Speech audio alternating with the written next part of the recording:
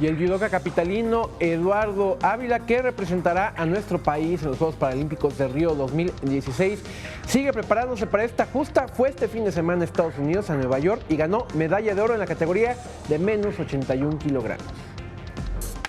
Los campeones de Toronto 2015, el capitalino Eduardo Ávila y la tapatía Lenia Rubalcaba, arribaron al país luego de conquistar oro y plata respectivamente en el A.M. Khan International Judo Challenge que se realizó en Buffalo, Niagara Falls, en Nueva York, Estados Unidos.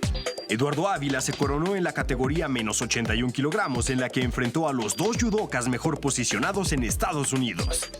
Por su parte, la campeona parapanamericana Lenia Rubalcaba logró la presea de plata en la división menos 78 kilogramos. Para continuar con su programa de preparación a los Juegos Paralímpicos Río 2016, los seleccionados nacionales de ciegos y débiles visuales regresarán en los próximos días a Estados Unidos para tomar parte en el campamento USA Judo International Junior and Senior Training Camp del 2 al 6 de junio.